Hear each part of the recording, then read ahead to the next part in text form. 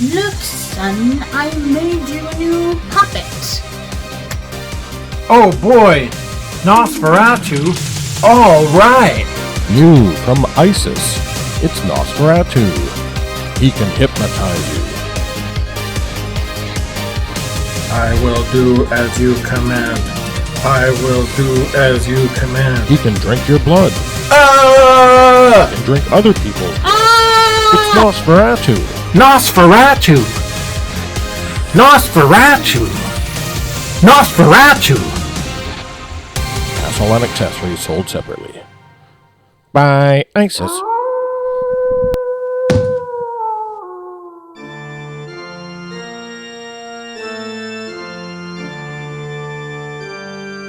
Hello, and welcome to Spooky Movie Time. Well, the season is upon us, and today we are doing something a little different like we like to do around holidays. And we are going to be discussing 2 movies for the spooky season that each of us has always wanted to see and we've never seen before.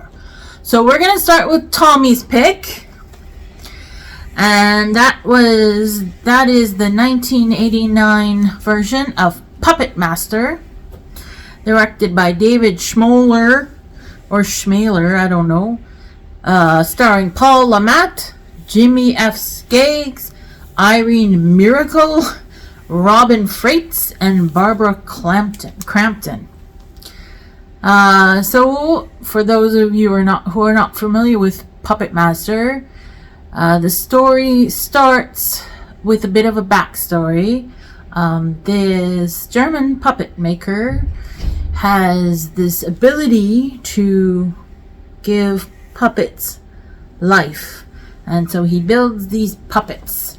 And with this old Egyptian magic to give them life. But the Nazis are coming in to take his puppets away. So he hides them and he shoots himself before the Nazis get there. So flash forward to modern day. Somehow these puppets have got to the United States, and there is this consortium of people with kind of psychic powers, and they sense that the puppets are on the move again, so they all go to this hotel to investigate. And as you can probably imagine, there's a bit of slashing and hacking going on, and it's a good old-fashioned cheesy psychic fair / killing spree on the part of the puppets. Well, Tommy, you finally got to see Puppet Master. What do you say? I really liked it. Yeah, a co-worker had recommended this movie to me like decades ago, like basically when it came out. And he had claimed that it was the weirdest movie he had ever seen. So I always wanted to see it. I don't think it's the weirdest movie I've ever seen, but it does have some pretty weird stuff in it. What I liked about it was sort of the premise, because in most of these horror movies where there's a possessed toy, and that's not, the super original part, because there's lots of movies with possessed toys, like Chucky and lots of episodes of The Twilight Zone and Annabelle and all of that. But usually it's sort of like innocent protagonists who don't know what's going on. And in this movie it was sort of 4 protagonists, and they all had an inkling. They all kind of knew what they were in for. And they were all psychic too, which gave them kind of an advantage. So it was an interesting way to set up the story, having these people that were kind of not experts, but who, they were the best people you could possibly pick, I guess, to deal with these killer puppets, which still didn't save a lot of them, but it was interesting that they weren't just, helpless.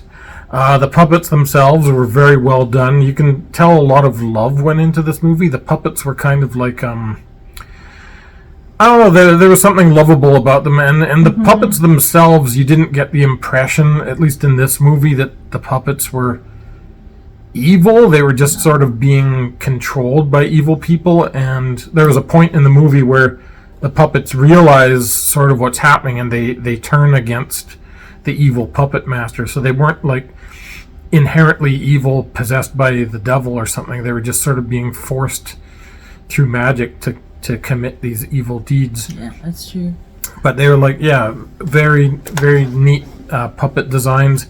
Some pretty good effects. This wasn't like a super high budget movie, but they got a lot of bang for their buck. They didn't just film it in this beautiful old hotel, which was pretty nice. It was this nice old seaside hotel, which reminded me a lot of the hotel from Daughters of Darkness, which we saw recently. Yeah. So that was a great location, but they also filmed it in New York City and at some very big carnival somewhere, I'm not sure where. So they had like some very good production values considering the budget. $400,000 to make this movie. Yeah, they stretched that pretty good. The actors were all okay. There's no, I would say, Oscar-worthy performances in this movie, but nobody really screws up either. It's pretty good. Some nice cinematography, some interesting shots and effects. It's not a movie that I would watch and rewatch again and again, but it has lots of great moments. And I think, if you're into horror movies, if you're into fun horror movies, this one is a pretty great watch. What did you think, Shannon? Yeah, it's very entertaining, and there was a lot of humor in this movie too. Not about the violence, but the puppets definitely have personalities, and that comes through. There's a lot of I thought the characters were written very strongly. Some of them were a bit on the nose, maybe, like that. There's this southern kind of crystal ball lady, and she's a bit. Well, I guess they were just trying to kind of make fun of that sort of caricature, you know what I mean? And I thought that was pretty fun. I laughed quite a bit in this movie. For $400,000, it was very impressive. I mean, they really did stretch that money. And I think that hotel was in San Francisco, I think I read. Or it was near there anyway. Okay. So yeah, the scenery was great. I thought the directing was really good, especially like at the very beginning of the movie. You see, you don't know it yet. I suspected it, but you don't really know yet. But the very, very beginning of the movie is the perspective of a puppet running through this hotel, trying to get back to his master. And so you see him running at his eye level. So you see him running like around, seeing people's feet and their shoes and stuff like that. There's some nice shoes in that. Yeah, it was like the 30s, so they had some cool shoes. And you see their luggage and the nice carpet and everything like that. Yeah, I thought that was so cool and they did that a couple of times where you see the perspective from the perspective of one of the puppets. I thought that was really well done. That was really good. And there was a lot of like typical horror movie logic in this movie, like they could have easily ran away, but they didn't. They get killed.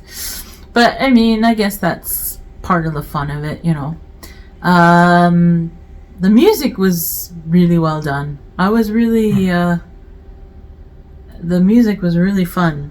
It's cool and it's creepy. There's some weird orchestral kind of waltzy kind of music. I really liked it. One scene, that's the scene where they were all having dinner in the hotel. like the 4 psychics and the owner of the hotel. They were all having dinner, and it made me think of Dallas.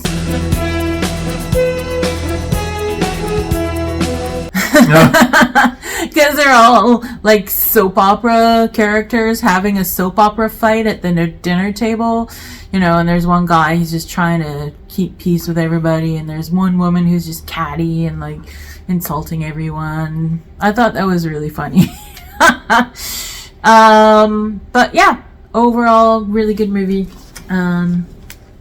So what do you think, Tommy? How many puppets do you give this film out of 5?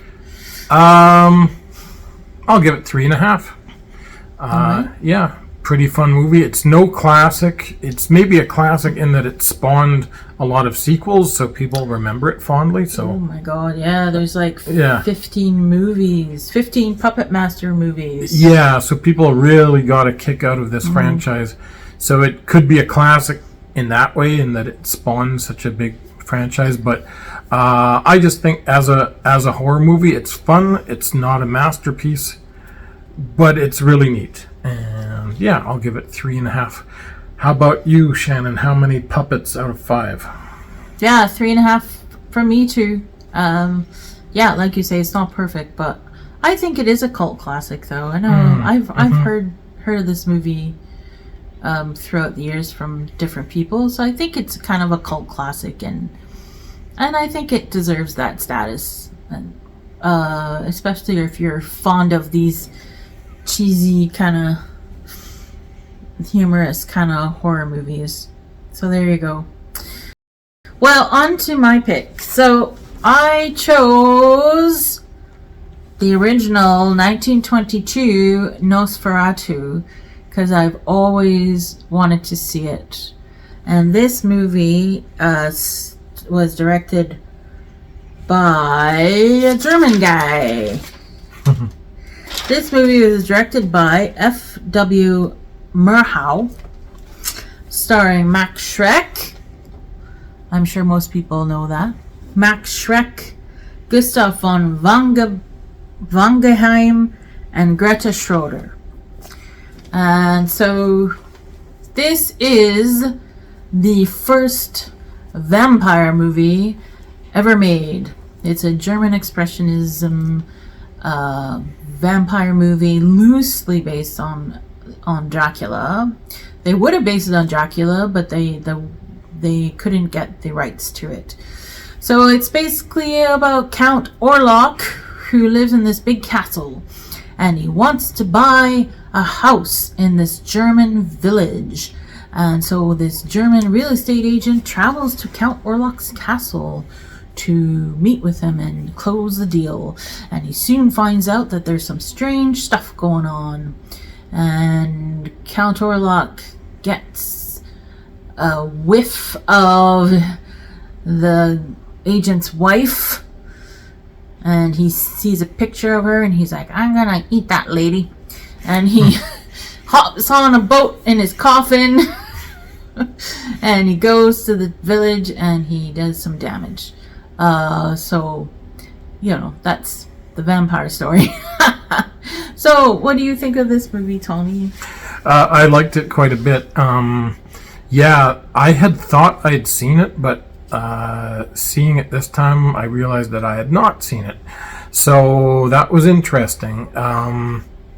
What I did see was a movie with Willem Dafoe called Shadow of the Vampire, in which they tell a fictional retelling about the making of this movie. Ooh. Yeah, so that was a pretty interesting movie. The premise of that movie was that Count Orlok was real, and they found this real vampire and actually put him in the movie, and that's really how he looks with the pointy ears, and it wasn't makeup. So that was a pretty fun movie. But this movie was cool. I like these old German expressionist horror movies. One that I really like is Cabinet of Dr. Caligari, and that reminds me of this movie quite a bit. Yeah, we first tried to watch it on, I think it was on Crave or Tubi or something like that, and all they had was this modern version, which had not bad image quality, but they had added these horrible vocals. Yeah. And so it was like girl coffee shop music. It was like, yeah, ooh, play the guitar. our favorite, yeah. But yeah, so we found a copy. I was like, well, this is a public domain movie. There's probably a copy on YouTube of the original. And so we found it on YouTube with, I'm guessing what was the original organ score for this movie. It sounded like it anyway. It worked much better than that version. Yeah. And this movie had a lot of, it's not just black and white. Like it was hand tinted. Like all of the shots are hand tinted. So sometimes it's red and sometimes it's blue. So that was an interesting thing that they did back then. I think that the who was the main guy, the real estate agent who travels to his village?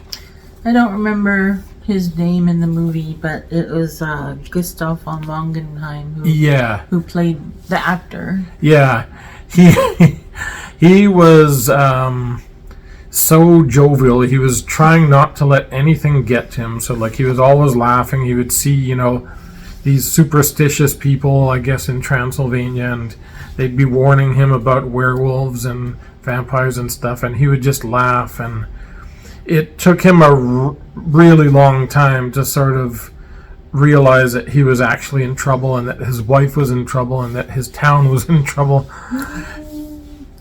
He was kind of I don't know. I think he did a good job with the acting of that, but it was kind of weird, like just how much of a brave face that character put on for so long in the midst of all the weirdness. He didn't believe any of it. No. He was at the inn. He went on his way to the castle. Yeah. And it was nighttime, getting to be nighttime, and the townspeople were like, "Oh no, you can't leave. The werewolves will be out." Right. And they showed the werewolf, and it was like this little, like it looked like a Wolverine or something, like a little weasel-like creature with stripes on his body. Yeah. It certainly wasn't a werewolf, but yeah. I thought maybe they just painted a dog or something like that. No. It was really weird looking. No, I think it was like a Wolverine or something. Yeah. Anyway, maybe that's a typical Transylvanian animal that everybody else would recognize, but we didn't recognize what it was. But I thought the best performance, actually, like Max Schreck was very good as Nosferatu, but I thought the best performance was the lady as the real estate agent's wife. She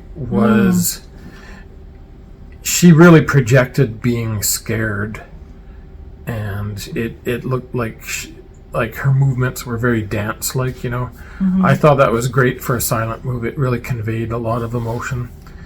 And yeah, neat cinematography. There was a lot of stop motion for the visual effects. Like nowadays it's kind of painfully obvious, like, oh, that's just stop motion. But in those days, I'm sure a lot of audiences must have been like, oh, how are those coffins moving by themselves? Mm-hmm. So it's cool, to see the older approaches to make movies like this. There's no way a movie like this would scare a modern audience, I don't think. But it still has a great creepy vibe to it. And I'm sure it scared the absolute bejesus out of people. Oh my god! Back in the day, considering it was like the first vampire movie ever, right? Yeah. Yeah. Oh, especially that scene where he's in the bedroom door and he's just creeping in. Mm-hmm. That was spooky, and I think it's spooky even for today. Mm. That was pretty crazy, and it's cool how they set up their characters, like you were saying, the real estate's wife. They kind of give her a little setup, a little background of how gentle and, loving she is and stuff like that. She was playing with a little kitten and playing with the fly. And then there was a scene where he comes home and he brings her flowers. He brings her a bouquet of flowers, Oh, right, yeah. and she's like, "Oh, why did you kill those beautiful flowers?" Yeah, she's supposed to be a supremely innocent lady. She doesn't even want flowers to get hurt. No, she just loves everybody. Yeah. She was the original hippie, German Expressionist hippie. I thought maybe it was a little long. It was an hour and a half. And I don't think it needed to be an hour and a half. I think if it was a bit shorter, it would have been better. But I love this movie. I tend to love German Expressionism. I'm a big German Expressionism type film fan. Like I love Metropolis and all that stuff. So I love the style of this film. I love how it was filmed. I love the shots. It's incredible how expressive and well done it is. Like what they put across through silent film without speaking. It really draws you in. I think it's very effective. I think that is quite an art to be able to affect people like that without having spoken dialogue. I think it's incredible, an incredible talent. The acting, yeah, like you say, was quite good. I mean, when you're doing that sort of film, you have to use your body and your eyes, and you have to express yourself in different ways other than verbally. And they really, really did a good job. I love the way the agent said, "I'm off to the land of ghosts," referring to him going to Transylvania. I thought that was really cool. I thought it was really interesting to see. Well, he even said it to his wife, which I thought was weird because he knew what a scaredy cat his wife was. Yeah, and he was like, "I'm off to the land of ghosts." I know. His wife was so scared, and he was like, "I'm going to the land of spirits and ghosts." Ha ha ha ha. And she's like, "Oh." Anyway, yeah, that was kind of stupid of him, but whatever.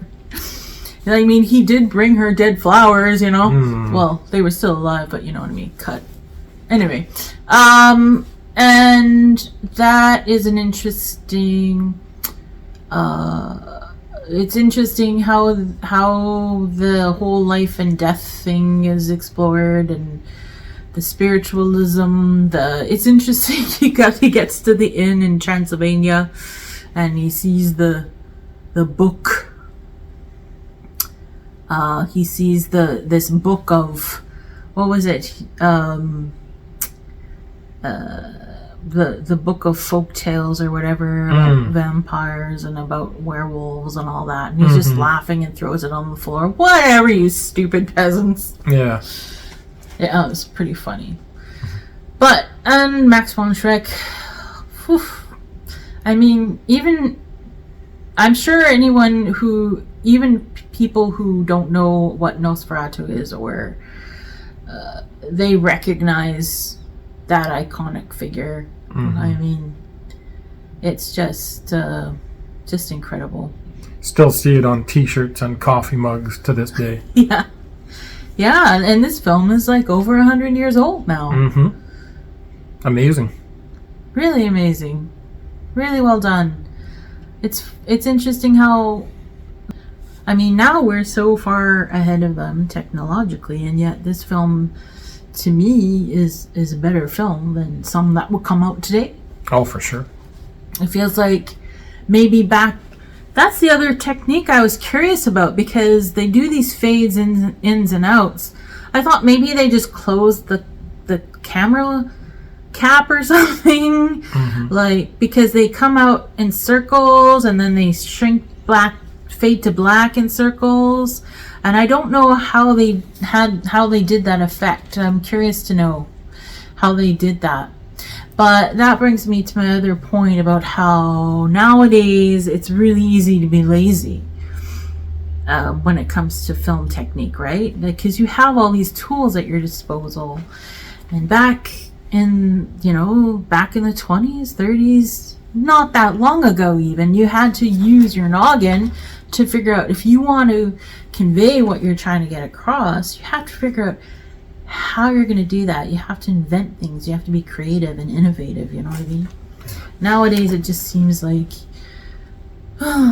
people have access to so many tools that it seems sometimes there's just lazy filmmaking. Well, some people just do it because they want to make money, right? They don't really care about the art of filmmaking, but they have to make a certain amount of money for the studio. All right, Shannon, so how many coffins would you give this 1 out of 5? I give it 4 out of 5. I love it. But like I say, I think it's just a little too long. I think they could have cut it down probably by another 15 minutes, half an hour maybe. And then to me it would have been perfect. What about you, Tommy? Same thing. 4 coffins out of 5. It's a pretty good movie. As you said, just a little bit long. Yeah, all right. Well, that does it for our spooky time. And I guess we'll see you next time on Random Movie Time.